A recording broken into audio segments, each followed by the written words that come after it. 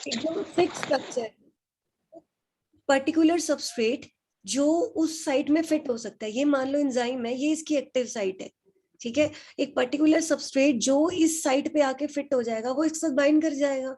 मतलब हर ताले पे कोई भी चाबी हम नहीं लगा सकते, एक पर्टिकुलर लॉक की पर्टिकुलर की होती है। इसी तरह से कुछ एंजाइम्स ऐसे हैं जो बहुत रिजिड होते हैं, एक पर्टिकुलर सबस्ट्रेट ही उन पे बाइंड कर सकता है और कोई बाइंड नहीं कर सकता, ठीक है। तो एक तो ये तरीका है। कुछ एंजाइम ऐसे होते हैं जो एडजस्ट कर लेते हैं सबस्ट्रेट के अकॉर्डिंग, अपने आप को, अपनी शेप को चेंज कर लेते हैं, तो उनको हम क्या कहते हैं, इंड्यूस्ड फिट मैकेनिज्म। जैसे इसमें यहाँ दिखाया हुआ है, binding of the substrate induces a conformational change in the active site and both adjust their shape to provide the optimal fit. Induced fit वाले जो एंजाइम्स होते हैं ये एडजस्ट कर लेते हैं सबस्ट्रेट के हिसाब से, अपनी अपनी जो स्ट्रक्चर है चेंज कर लेते हैं, लेकिन ये अपना स्ट्रक्चर चेंज नहीं करते, रिजिड होते हैं। कुछ एंजाइम इस तरीके के होते हैं, कुछ एंजाइम इस तरीके के होते हैं, ठीक है। ये इमेज सिर्फ समझाने के लिए, ऐसा नहीं कि वो ग्लव्स और हैंड की तरह दिखाई देते हैं, सिर्फ उसके लिए कि जैसे ग्लव्स में हमारा हाथ जाता है तो फिटिंग एडजस्ट हो जाती है, ऐसे ये भी सबस्ट्रेट के अकॉर्डिंग अपनी फिटिंग को एडजस्ट कर लेते हैं। दोनों तरीकों से ही काम एक ही होगा, एक्टिवेशन एनर्जी जो है वो लो हो जाएगी और रेट ऑफ रिएक्शन जो है वो एनहांस हो जाएगी। ये हम सारा डिस्कस कर चुके थे। नेक्स्ट है chemical nature of the enzyme. Although हम डिस्कस कर चुके हैं कि जो एंजाइम्स होते हैं ये सारे के सारे प्रोटीन इन नेचर होते हैं, सिर्फ इकलौता एंजाइम ऐसा है राइबोजाइम जिसमें आरएनए होता है। अब क्वेश्चन है कि कुछ एंजाइम ऐसे होते हैं जो 100% प्रोटीन के बने हैं, उनमें कोई मिलावट नहीं है। तो ऐसे एंजाइम जो जिनमें प्योर प्रोटीन है, 100% प्रोटीन है, उन्हें हम कहते हैं सिंपल एंजाइम। कुछ एंजाइम ऐसे होते हैं जिनमें प्रोटीन के साथ एक अदर पार्ट भी इन्वॉल्व रहता है, उन्हें हम क्या कहते हैं, कॉन्जुगेटेड एंजाइम। सबसे पहले कि जो स्टमक और इंटेस्टाइन में पेप्सिन ट्रिप्सिन नाम के एंजाइम होते हैं, ये सिंपल एंजाइम है, मतलब ये सिर्फ और सिर्फ प्रोटीन के बने हैं। कॉन्जुगेटेड एंजाइम्स जिनमें प्रोटीन के साथ कोई और पार्ट भी इन्वॉल्व है, protein plus non protein part, और उसको हमने क्या नाम दिया, कॉन्जुगेटेड एंजाइम। ध्यान से समझना है इसको। प्रोटीन पार्ट को हम कहते हैं एपो एंजाइम, नॉन क्लास बताओगे? को हम क्या कहते हैं, कोफैक्टर, और कंप्लीट एंजाइम जो होगा उसको हम क्या कहेंगे, holo enzyme.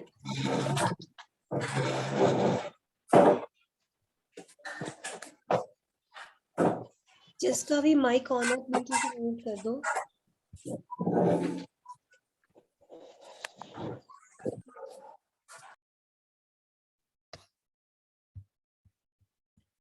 Non protein part अभी हम डिस्कस कर रहे थे कि नेचर कैसा है। हमें जनरली पता है कि जो एंजाइम्स होते हैं प्रोटीनेशियन से नेचर है, टर्शरी स्ट्रक्चर होता है इनका। अगर उसमें 100% प्रोटीन है, कुछ कुछ भी और चीज ऐड नहीं है, तो उसको हम कहते हैं सिंपल एंजाइम, पेप्सिन ट्रिप्सिन ये एंजाइम है। कॉन्जुगेटेड का मतलब होता है प्रोटीन के साथ एक नॉन प्रोटीन पार्ट भी ऐड है, उसको कहेंगे कॉन्जुगेटेड। ये जो नॉन प्रोटीन पार्ट होता है इसको हम कोफैक्टर के नाम से जानते हैं। कोफैक्टर कोई भी ऑर्गेनिक सब्सटेंस भी हो सकता है और कोई इनऑर्गेनिक आयन भी हो सकता है। मतलब कुछ एंजाइम ऐसे हैं जिन्हें जिंक चाहिए, जैसे हमने कार्बोनिक एनहाइड्रेस पढ़ा था, फास्टेस्ट एंजाइम, वो जिंक की प्रेजेंस में काम करता है। इसका मतलब कार्बोनिक एनहाइड्रेस एक कॉन्जुगेटेड एंजाइम है जो जिंक के बिना काम नहीं कर सकता, तो उसको इनऑर्गेनिक आयन चाहिए। कुछ ऐसे होते हैं जिन्हें ऑर्गेनिक सब्सटेंसेस चाहिए होते हैं, like NAD, FAD, organic substance के बिना काम नहीं कर सकते। अगर ये ऑर्गेनिक सब्सटेंस उस प्रोटीन एंजाइम प्रोटीन के साथ इस तरह से अटैच है कि आप उसको इजीली सेपरेट कर सकते हो, तो आप कहोगे कोएंजाइम। अगर वो उसके साथ बहुत ज्यादा टाइट अटैच है, पक्का वाला अटैच है, तो हम उसको क्या कहते हैं, prosthetic group. Permanent attach, P से याद रख लेना, प्रोस्थेटिक ग्रुप।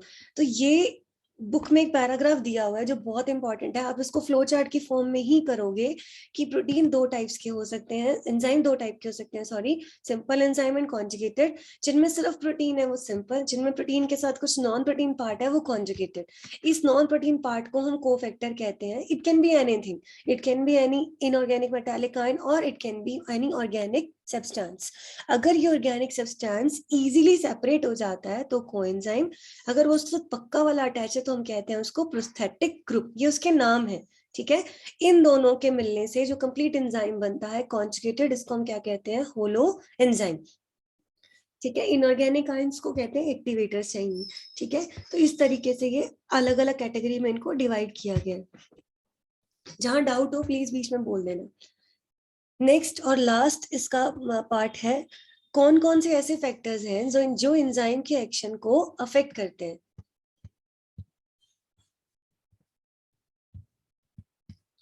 हमने डिस्कवरी में डिस्कस किया, किस किस ने इसको डिस्कवर किया था, कोने ने, लुइस पास्चर ने, एडवर्ड बुचनर ने।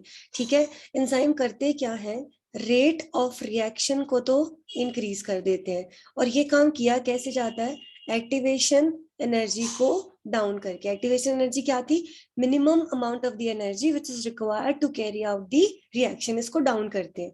ये काम इन्होंने करना ही करना है। मैकेनिज्म अलग अलग हो सकते हैं, दो मैकेनिज्म पे ये काम करते हैं, एक होता है लोकेन की हाइपोथेसिस और एक होता है इंड्यूस्ड फिट मैकेनिज्म। तो दुनिया में जितने भी एंजाइम है उनका काम वही है, रेट ऑफ रिएक्शन को बढ़ा दो, एक्टिवेशन एनर्जी को डाउन कर दो। तरीके अलग अलग है, कुछ लॉक एंड की पे काम करते हैं, कुछ इंड्यूस्ड फिट पे, मतलब कुछ ऐसे एंजाइम है जो बिल्कुल अपने स्ट्रक्चर को चेंज नहीं करते, पर्टिकुलर सबस्ट्रेट आके उसे बाइंड कर जाएगा तो काम हो जाएगा, अदरवाइज नहीं। इंड्यूस फिट वाले एडजस्टेबल होते हैं, कर लेते हैं। फिर हमने पढ़ा नेचर ऑफ द एंजाइम, इनकी नेचर कैसी है। ठीक है, ये सिंपल भी हो सकते हैं और कॉन्जुगेटेड भी हो सकते हैं। Conjugated as the name indicate, protein के साथ कोई ना कोई नॉन प्रोटीन पार्ट भी ऐड होता है। ठीक है, और वो नॉन प्रोटीन पार्ट अब ऑर्गेनिक भी हो सकता है और इनऑर्गेनिक भी हो सकता है। ठीक है, लास्ट है कौन कौन से फैक्टर्स हैं जो एंजाइम की जो एक्टिविटी है उसको अफेक्ट करते हैं। अब टेम्परेचर, पीएच और सबस्ट्रेट कॉन्सेंट्रेशन, हमें ये तीन देखने हैं। टेम्परेचर देखो, तुम्हें पता है जो एंजाइम है वो टर्शियरी स्ट्रक्चर है प्रोटीन का, तो टेम्परेचर सेंसिटिव तो ये होगा ही होगा। अगर आप एक लिमिट से ज्यादा टेम्परेचर बढ़ा दोगे तो उसके बॉन्ड टूटने लग जाएंगे। ध्यान है, टर्शियरी स्ट्रक्चर कैसा होता था, इस तरह से 3 डायमेंशनल स्ट्रक्चर होता है प्रोटीन का। Peptide bond, hydrogen bond, there are so many kind of bonds which hold it together. तो अब टेम्परेचर, हर एंजाइम का एक पर्टिकुलर ऑप्टिमम टेम्परेचर होता है। आपको कार्डिनल पॉइंट्स याद है, मिनिमम, ऑप्टिमम एंड मैक्सिमम। हर किसी का एक मिनिमम पॉइंट होता है, फिर एक ऑप्टिमम पॉइंट होता है और फिर एक मैक्सिमम पॉइंट आता है। तो टेम्परेचर का एंजाइम की एक्टिविटी पर क्या असर होता है, ये बहुत इंपॉर्टेंट फैक्टर है। टर्शियरी प्रोटीन्स होते हैं ये, अगर आप टेम्परेचर को ज्यादा बढ़ा दोगे तो हाइड्रोजन बॉन्ड उसके टूटने लग जाएंगे, तो उसकी जो एक्टिविटी है वो बहुत ज्यादा कम हो जाएगी, उसका स्ट्रक्चर खराब हो जाएगा। जनरली एंजाइम्स की जो टेम्परेचर रेंज होती है काम करने की वो 25 से 40 डिग्री सेल्सियस होती है। ठीक है, हर एंजाइम का ऑप्टिमम पॉइंट अलग अलग होता है।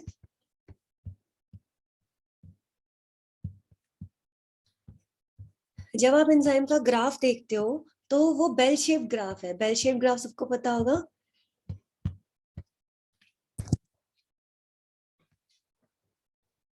ये देखो, ये बुक में 3 ग्राफ दिए हुए हैं, effect of the pH, effect of the temperature and effect of the substrate concentration. अब इसमें ध्यान से देखो कि बेल शेप ग्राफ का मतलब होता है शुरुआत में कुछ बढ़ रहा है, फिर ये पीक पे आया ऑप्टिमम, फिर ये डाउन चला गया। ऐसे पीएच में है, तो इस ग्राफ का आप इंटरप्रेट कैसे करोगे कि हर एंजाइम का एक पर्टिकुलर पीएच होता है या टेम्परेचर होता है।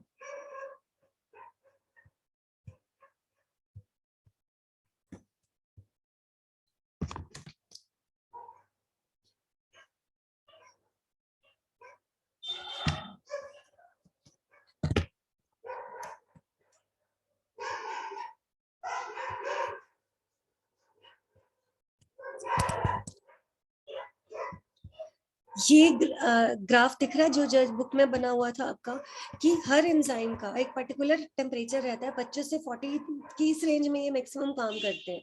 मतलब बेल शेप ग्राफ का मतलब होता है कि ये एंजाइम एक्टिविटी है यहाँ पर, और एक्स एक्सिस पे क्या दिखाया हुआ है, टेम्परेचर। तो शुरुआत में जैसे जैसे टेम्परेचर बढ़ता है वैसे वैसे जो एक्टिविटी है वो बढ़ती जाती है। इस तरह से शुरुआत में टेम्परेचर बढ़ रहा है, एक्टिविटी बढ़ती जा रही है, एक उसका ऑप्टिमम टेम्परेचर आ जाएगा। मान लो किसी एंजाइम का ऑप्टिमम टेम्परेचर 37 है, तो यहाँ उसकी एक्टिविटी मैक्सिमम हो गई। अब 37 के बाद जितना आप टेम्परेचर बढ़ाओगे उसकी जो एक्टिविटी है वो डिक्रीज होती जाएगी। तो हर किसी का अपना अपना क्या है, ऑप्टिमम टेम्परेचर है। जिस ऑप्टिमम टेम्परेचर पे उसकी एक्टिविटी मैक्सिमम जाएगी, उससे पहले वो बढ़ रही है और उसके बाद क्या हो जाएगी, वो डिक्रीज होनी स्टार्ट हो जाएगी। जितने भी हमारी बॉडी में जो एंजाइम्स हैं उनका सबका ऑप्टिमम टेम्परेचर एक ही है। हमारी बॉडी का होता है 37 डिग्री सेल्सियस, हमारा जो ऑप्टिमम टेम्परेचर है। हमारी बॉडी में जितने भी एंजाइम्स काम कर रहे हैं उनका ऑप्टिमम टेम्परेचर 35-36 रहता है। ठीक है, तो इसको लिखोगे कैसे? Temperature is very important factor. Enzymes जो टर्शी स्ट्रक्चर होता है प्रोटीन का, अगर आप टेम्परेचर को एक लिमिट से बढ़ा दोगे तो उसकी जो एक्टिविटी है वो बहुत ज्यादा डाउन चली जाएगी, खत्म होने लग जाएंगे। जनरल टेम्परेचर 25 to 40 होता है, सबका ये अलग अलग भी हो सकता है। हमारी बॉडी में जितने भी एंजाइम है उनका 35-36 होता है। आपने गर्मियों में देखा होगा, या कभी भी हम खाना जो खराब होता है उसको बचाने के लिए या तो हम फ्रिज में रखते हैं या हम उसको बार बार गर्म करते हैं, दूध को तुरंत उबालते हैं। उसके पीछे का लॉजिक क्या होता है कि जैसे मान लो दूध है, अब उस दूध में कोई ना कोई बैक्टीरिया, कोई ना कुछ ऑर्गेनिज्म पक्का होगा, ऐसा नहीं हो सकता कि बिल्कुल स्टरलाइज्ड है, राइट। तो हमने उसको घर लाके दूध और ऐसे का ऐसे छोड़ दिया, हमने उसको कुछ नहीं किया, कोई गर्म नहीं किया, उबाला नहीं। या तो उसको फ्रिज में रख दो, आप उसको बचा लोगे, या उसको तुरंत उबालो, बॉईल करो, वो सबसे इंपॉर्टेंट, सबसे अच्छा तरीका है। रीजन क्या है कि जब आप उसको बॉईल करोगे बहुत ज्यादा हाई टेम्परेचर पे, तो उस दूध में अगर कोई बैक्टीरिया, कोई ऐसा ऑर्गेनिज्म है जो उसको खराब कर सकता है, फाड़ सकता है, तो उसके सारे एंजाइम इनएक्टिव हो जाएंगे। 100 डिग्री पे जाके वो बॉईल हो जाएगा, इतने हाई टेम्परेचर पे सारे एंजाइम इनएक्टिव हो जाएंगे, तो अब उसका खराब होने का चांस नहीं है। तो जब आप उसको बहुत ज्यादा हाई टेम्परेचर पे गर्म करते हो तो एंजाइम्स बिल्कुल डीनेचर हो जाते हैं, डिस्टर्ब हो जाते हैं। और जब आप फ्रिज में रखते हो तो वो टेम्परेरीली इनएक्टिव होते हैं। कुछ देर फ्रिज में रखा, ठीक है, बाहर निकालोगे तो वो दोबारा खराब हो जाएगा, लेकिन अगर आपने उसको उबाल दिया है तो वो दोबारा खराब होने के उसके चांसेस कम है। तो लो टेम्परेचर पे आप उसको इनएक्टिव करते हो, हाई टेम्परेचर से वो डीनेचर ही हो जाता है। डीनेचर का मतलब है कि उसका स्ट्रक्चर खत्म ही हो जाता है। ठीक है, तो इस चीज ये समझ आए तो ठीक है, अदरवाइज ये जरूर लिखना है कि इनका बेल शेप्ड ग्राफ होता है। ठीक है, शुरुआत में टेम्परेचर जैसे जैसे बढ़ाते हैं एक्टिविटी बढ़ती है, हर एंजाइम का एक ऑप्टिमम टेम्परेचर आता है जहाँ एक्टिविटी मैक्सिमम होती है, उसके बाद एक्टिविटी डिक्रीज होनी शुरू हो जाती है। सेम ऐसा ही पीएच में होता है। अब यहाँ एक मेजर डिफरेंस है कि हमारी बॉडी में जितने भी एंजाइम्स हैं, हमारी बॉडी में all enzymes of our body has same optimum temperature. अब ये नहीं कह सकते स्टमक में जो एंजाइम है उसका ऑप्टिमम टेम्परेचर अलग है, लीवर के एंजाइम्स का अलग है, इंटेस्टाइन का अलग है, इन सबका सेम होगा। लेकिन all the enzymes of our body has different optimum pH.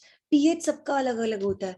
बात इसमें भी वही आएगी, ग्राफ अगर हम बनाने लगे, जैसे हमने ये बनाया था, ये टेम्परेचर है और ये एंजाइम की एक्टिविटी है इस तरफ, तो शुरू शुरू में टेम्परेचर बढ़ता है, एक्टिविटी बढ़ती है, ठीक है, बढ़ती जाएगी, फिर एक ऑप्टिमम पॉइंट आ जाएगा, वहां इसकी एक्टिविटी मैक्सिमम होगी, उसके बाद इसकी एक्टिविटी कम होती जाएगी।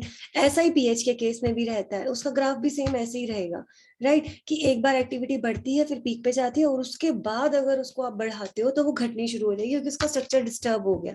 मेजर डिफरेंस क्या है कि हमारी बॉडी के सारे एंजाइम्स का, ऐसा कभी सुना है कि यहाँ के एंजाइम का टेम्परेचर इतना ऑप्टिमम है, बॉडी के किसी और ऑर्गन का एंजाइम का जो टेम्परेचर है ऑप्टिमम वो अलग है? ऐसा कभी भी नहीं होता। लेकिन पीएच सबके अलग अलग है। हमारी जो सलाइवा में एंजाइम होता है वो न्यूट्रल पीएच पे काम करता है 6.8। स्टमक में जो एंजाइम होता है, क्योंकि स्टमक में HCl बहुत होता है, वो एसिडिक पीएच पे काम करते हैं। इंटेस्टाइन में जो एंजाइम होता है ट्रिप्सिन, वो अल्केलाइन पीएच पे काम करता है। तो हर ऑर्गन में जो एंजाइम है वो अलग अलग पीएच पे काम करते हैं। ठीक है, तो नेक्स्ट है सबस्ट्रेट कॉन्सेंट्रेशन। सबस्ट्रेट कॉन्सेंट्रेशन का जो ग्राफ होता है वो अलग है, बेल शेप्ड नहीं है। बेल शेप नहीं है, वो इस तरीके का ग्राफ होता है। क्यों है इस तरीके का?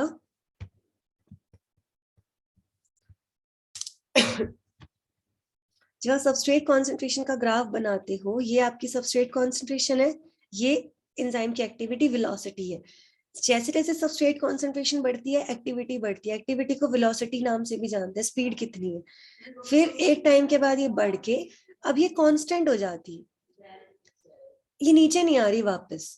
ऐसा क्या है, जैसे मान लो एक एंजाइम है, उसके पास 1000 एक्टिव साइट्स है, ठीक है, तो 1000 एक्टिव साइट्स है, मतलब 1000 मॉलिक्यूल को वो बाइंड कर सकता है। हमने पहले उसको 200 मॉलिक्यूल दिए तो उसने 200 प्रोडक्ट बना दिए। फिर हमने उसको 300 मॉलिक्यूल्स दिए, उसने 300 प्रोडक्ट्स बना दिए। फिर हमने उसको 600 दिए, उसने 600 बना दिए। 900 दिए, उसने 900 बना दिए और हमने उसको 1000 सबस्ट्रेट दिए, अब हमारे 1000 प्रोडक्ट बन गए। अब उसको आप 1100 मॉलिक्यूल्स दे दो, 1100 सबस्ट्रेट दे दो, क्या वो 1100 सबस्ट्रेट बना देगा, प्रोडक्ट बना देगा? नो। एक एंजाइम की कैपेसिटी है 1000 सबस्ट्रेट लेने की, तो जब तक तो उसको 1000 नहीं मिलता, एक्टिविटी बढ़ती जा रही है यहाँ से, जैसे ये बढ़ती जा रही है। अब जब उसको उतने सबस्ट्रेट मिल गए जितने उसको चाहिए, जितनी उसकी कैपेसिटी है, उसके बाद अब आप उसको कितना भी देते रहो, वो एक्टिविटी बढ़ेगी नहीं। एक ग्लास में अगर 100 बॉल्स डालने की कैपेसिटी है, ठीक है, तो आपने 100 डाल दी। अब 100 के बाद जितनी भी आप डालोगे ना, वो बाहर ही गिरेंगी, उसका कुछ और नहीं होने वाला। तो इसमें भी क्या होता है, एक्टिविटी जो है वो कांस्टेंट हो जाती है।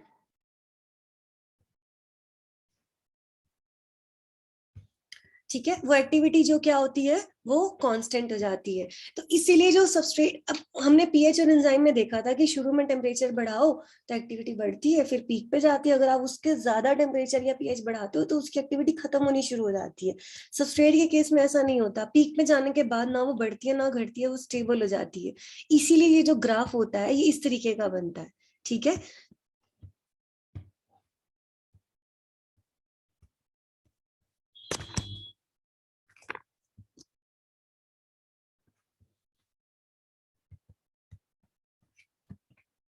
ये देख रहे हो ये वाला ग्राफ यहाँ पे। अब इन दोनों के ग्राफ बेल शेप्ड है, लेकिन ये ग्राफ थोड़ा सा अलग है। शुरुआत में क्या हो रहा है, जैसे जैसे सबस्ट्रेट कॉन्सेंट्रेशन बढ़ रही है वैसे वैसे एंजाइम की एक्टिविटी भी बढ़ती है। यहाँ पे आके जो एक्टिविटी है ये मैक्सिमम हो गई, राइट। तो सबस्ट्रेट कॉन्सेंट्रेशन और ये इसकी क्या है, एक्टिविटी। ये सबस्ट्रेट कॉन्सेंट्रेशन है, मान लो 4 ग्राम पे ये एक्टिविटी मैक्सिमम हो गई। मतलब सपोज हमें 4 ग्राम सबस्ट्रेट पे एक्टिविटी मैक्सिमम मिल गई, 10 यूनिट उसकी एक्टिविटी मिल गई हमें, इतना ये काम कर रहा है। This is the V max. समझ रहे हो कि सबस्ट्रेट कॉन्सेंट्रेशन बढ़ा रहे थे, एक्टिविटी बढ़ रही थी, मैंने इस ग्राफ को एक वैल्यू देना शुरू कर दिया।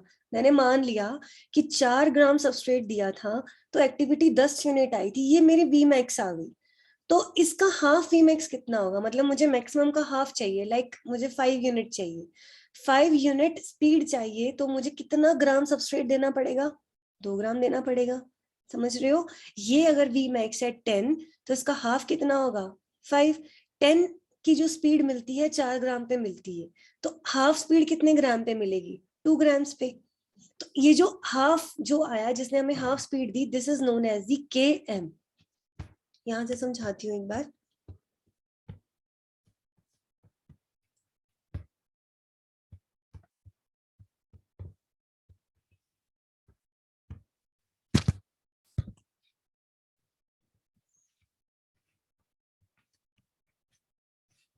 इतना क्लियर हो गया होगा कि इसका ग्राफ इस तरीके से जाता है। क्यों जाता है कि जो इंजाइम्स होते हैं उसके पास बहुत सारी एक्टिव साइट्स हैं, वो सबस्ट्रेट के साथ बाइंड करता है और प्रोडक्ट बनाता है। अगर उसके पास 1000 एक्टिव साइट है, हमने 100 दिए तो 100 बन गए, 200 दिए 200 बन गए, 500 दिए 500 बन गए। 1000 देने के बाद वो 1000 ही रहेंगे। अगर आप उसको 2000 सबस्ट्रेट भी दोगे ना तो प्रोडक्ट तो वो 1000 ही बनाएगा, क्योंकि उसके पास जगह ही 1000 मॉलिक्यूल्स को लेने की है, राइट। इसीलिए जो ग्राफ होता है ये एक टाइम के बाद स्टेबल हो जाता है। अब हम एक वैल्यू दे देते हैं, नीचे हमने सबस्ट्रेट कॉन्सेंट्रेशन लिख दिया, 1 ग्राम 2 ग्राम 3 4 5 6 7 ऐसे ग्राम्स ऑफ सबस्ट्रेट लिख दिया। ये स्पीड है। हम जब ग्राफ बनाते हैं तो हम वैल्यू मेजर कर लेते हैं। तो मैंने जो ग्राफ बनाया उसके हिसाब से मुझे 4 ग्राम सबस्ट्रेट पे मैक्सिमम वेलोसिटी मिलती है। तो मुझे मैक्सिमम का हाफ कितने ग्राम पे मिलेगा, 2 ग्राम पे। तो ये जो 2 ग्राम है ये क्या होगा, के एम। कि Vmax का मतलब होता है at a concentration of the 4 gram all the active sites are fully occupied, और उसके बाद अब एक्टिविटी बढ़ नहीं सकती, स्टेबल हो गया ये। तो 4 ग्राम पे मुझे मैक्सिमम वेलोसिटी मिलती है। अगर मुझे मैक्सिमम का हाफ चाहिए तो वो मुझे कितने पे मिलेगा, तो वो मुझे कितने में मिलेगा, 2 ग्राम्स पे। तो ये जो 2 ग्राम है वो क्या होगा, km, substrate concentration that gives half of the maximum velocity. It is known as the km. km का मतलब होता है मैकेलिस मेंटन कांस्टेंट। ये जो ग्राफ था ये मैकेलिस मेंटन नाम के बायोकेमिस्ट ने बनाया था। उन्होंने उनके नाम पे इस कांस्टेंट का नाम रखा गया है km। km का मतलब होता है, बहुत ध्यान से समझो इसको, that amount of the substrate which gives velocity equal to the half of the maximum. मतलब अगर मुझे 4 ग्राम पे मैक्सिमम वेलोसिटी मिलती है तो मुझे उस मैक्सिमम का हाफ अगर अचीव करना है तो मुझे कितने पे मिलेगा, सबस्ट्रेट का भी हाफ कर दो, 2 ग्राम्स। ठीक है, तो यहाँ पे ये एंजाइम का पोर्शन कंप्लीट होता है, ये कि कौन कौन से फैक्टर इसको अफेक्ट करते हैं, एंजाइम का नेचर क्या क्या है। 3 फैक्टर्स के बारे में आपने पढ़ना है, टेम्परेचर के बारे में, पीएच के बारे में, और इसकी जो सबस्ट्रेट कॉन्सेंट्रेशन के बारे में, राइट। इनके ग्राफ अलग अलग है, ये बेल शेप ग्राफ होते हैं और ये एक पॉइंट पे आके स्टेबल हो जाता है। ठीक है, उसके पहले हमने पढ़ा था एक्टिवेशन एनर्जी को ये लो करते हैं। ये जो मैंने आपको भी वो ग्राफ सा बना के दिखाया था ना, फ्लो चार्ट बना के दिखाया था कि ये सिंपल एंजाइम है या कॉन्जुगेटेड है, सब यही लिखा हुआ है। इसमें उलझने से बेटर है उसको दूसरे तरीके से लर्न कर लेना।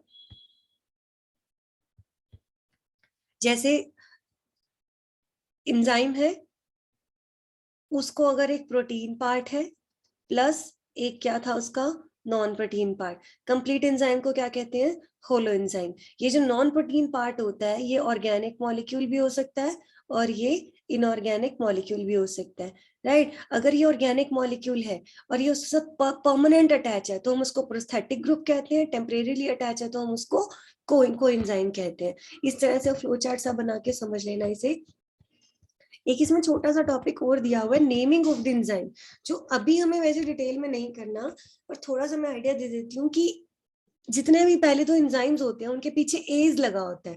तुमने नाम सुने होंगे, लाइपेज, प्रोटीएज, एस्टरेज, इन एंजाइम के नाम के पीछे एज लगा होता है। तो इनका जो नॉमेनक्लेचर है ना वो बहुत अलग अलग तरीके से किया गया था, लेकिन कोई भी नॉमेनक्लेचर सही नहीं था। मतलब सही नहीं था का मतलब है कि बायोकेमिस्ट ने जिसको एक्सेप्ट नहीं किया। ठीक है, तो एक एंजाइम कमीशन होता है। एंजाइम कमीशन ने क्या किया, जैसे आपको ध्यान होगा प्रीवियस चैप्टर्स में पढ़ा था, पौधों का और एनिमल्स का बाइनोमियल नोमेनक्लेचर किया गया था, लिनियस ने किया। ऐसे एंजाइम का भी नामकरण होता है प्रॉपर। एंजाइम्स को 6 क्लास में डिवाइड करते हैं। दुनिया में जितने भी एंजाइम्स पाए जाते हैं they have been divided into 4 classes. ये होती हैं, ऐसे याद रख लेना, OTHLIL। एक होते हैं ऑक्सीडो रिडक्टेज एंजाइम, मतलब कुछ एंजाइम दुनिया में ऐसे हैं जो ऑक्सीडेशन रिडक्शन वाली रिएक्शन करते हैं। कुछ एंजाइम ऐसे हैं जो ग्रुप ट्रांसफर करते हैं, एक ग्रुप को उठा के, जैसे ये देखो यहाँ पे एस और जी ये कंबाइन था और ये एस प्राइम अलग था। इसने क्या किया, इस ग्रुप को इसके पास ट्रांसफर कर दिया और जी को अलग कर दिया। ग्रुप को ट्रांसफर करते हैं एक मॉलिक्यूल से दूसरे मॉलिक्यूल पर। कुछ होते हैं हाइड्रोलिसिस, जो पानी की प्रेजेंस में बॉन्ड को तोड़ते हैं, हाइड्रो मतलब होता है वाटर। लाइसिस जो बिना पानी के ग्रुप को तोड़ देते हैं। आइसोमेरेज जो आइसोमर में कन्वर्ट करते हैं, ग्लूकोज को फ्रक्टोज में कर दिया, फ्रक्टोज को ग्लूकोज में कर दिया, आइसोमर्स में कन्वर्ट करते हैं। एक होते हैं लाइगेजेस जो ज्वाइनिंग का काम करते हैं मॉलिक्यूल्स को। ठीक है, तो इतना ज्यादा इसको डिटेल में नहीं देखना। एंजाइम्स को बेसिकली 6 कैटेगरीज में डिवाइड किया गया है। ऑक्सीडेशन रिडक्शन वाले एंजाइम, ग्रुप ट्रांसफर करने वाले एंजाइम, वाटर की प्रेजेंस में बॉन्ड तोड़ने वाले एंजाइम, बिना वाटर के बॉन्ड तोड़ने वाले, कंबाइन करने वाले, और आइसोमर में कन्वर्ट करने वाले। ठीक है, तो एंजाइम जो होते हैं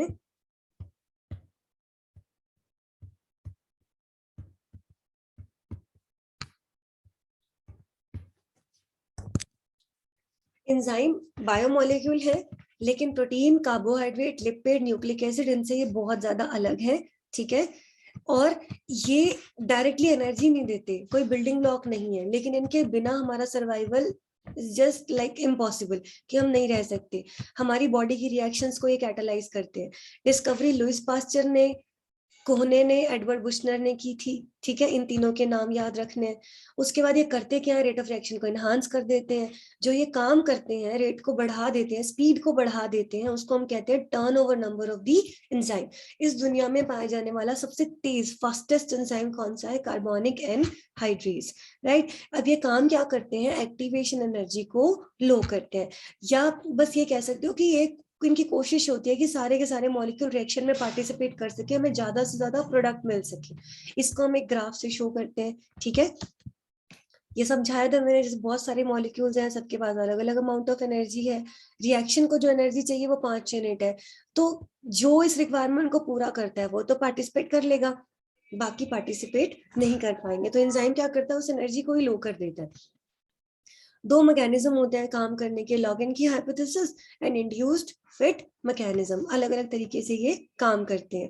केमिकल नेचर की अगर हम बात करें तो ये सिंपल एंजाइम्स है और कॉन्जुगेटेड एंजाइम है। सिंपल का मतलब क्या होता है, जो 100% प्रोटीन के बने हैं। दिव्या बोलो क्या हो गया?